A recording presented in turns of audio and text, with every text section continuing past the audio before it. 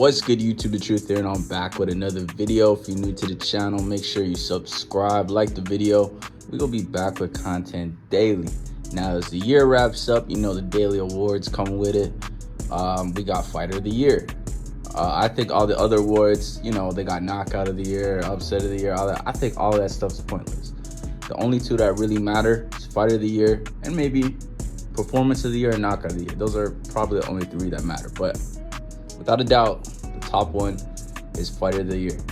And me personally, I gotta give it to Naoya Inoue, okay, the real life Ippo.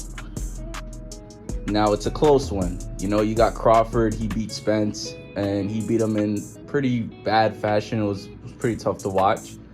And on the other hand, you got Inoue, who became undisputed in a year in the new weight class that he's never been in before.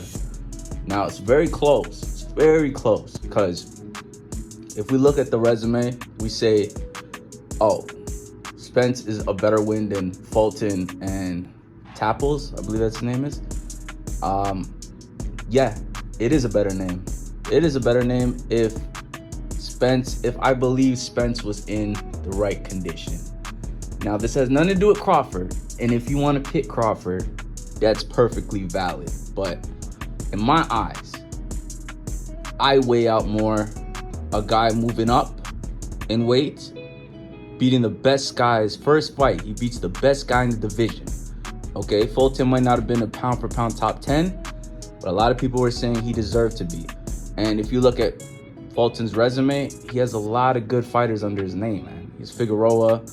He has a couple of other guys, you know, a couple undefeated guys. He like taking undefeated guys' as record. Like, people don't know about Fulton. Like, he's a legit guy. And I just weigh that more personally, even if he didn't fight Tapples, but the fact that he did. Okay, let's say he didn't fight Tapples and became undisputed, then I would probably give it to Crawford. Okay? But the icing on the cake for me was Inoue going undisputed straight after, and knockouts and good performances from both. Now, if you want to pick Crawford, he showed crazy skill, man. He showed crazy skill, and honestly, you could give it to him. You could give it to him, but it depends on what you value more. Do you value a full, healthy Fulton and another guy who just beat the number 2 MJ? That's what Tapples. He just beat MJ, who was the second best guy in the division. Or do you value a guy like we all know, like we don't have to lie. This isn't discrediting Crawford or anything. But we all seen from that fight, Spence did not look the same. And I know you're going to say, oh, he came off a great performance against Ugas. Mind you, another fact that people don't want to bring up is after that Ugas fight, there was another car crash. And as minor as Spence tried to make it seem, if you look at the pictures, it looks pretty bad. It does not look like little scrape in the road, okay? It looks pretty bad. Not to mention the long layoff, again, that has nothing to do. He's had long layoffs before, so I can't really say like, oh, ring rust or something. That's probably the case, but for me, it was, oh, he had another car crash. Not to mention the first one to begin with. So we already knew in the Danny Garcia fight, they said online that they came into that fight 70%. If I see the Ugas fight, I'd say like 78%. And after that second car crash, I don't know what percent he was at. From what we've seen, he looked high as soon as he walked into the ring. Again, this is not discrediting Crawford, but it's just what my eyes and what everyone else's eyes are saying. Like, he just didn't look right. He just didn't look the same. Like, that was not Spence.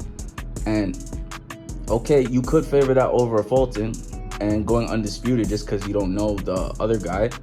But in my eyes, I just value that more. At the end of the day, it's all opinionated, so everyone, you know, you can make your own choice of what you value more. But in my eyes, that's why I got Inoue as Fighter of the Year. And next year, Crawford could probably get it. Who knows? But yeah, it was a great year of boxing nevertheless. I can't complain. More great fights to happen. I can't wait to see maybe Crawford versus Boots.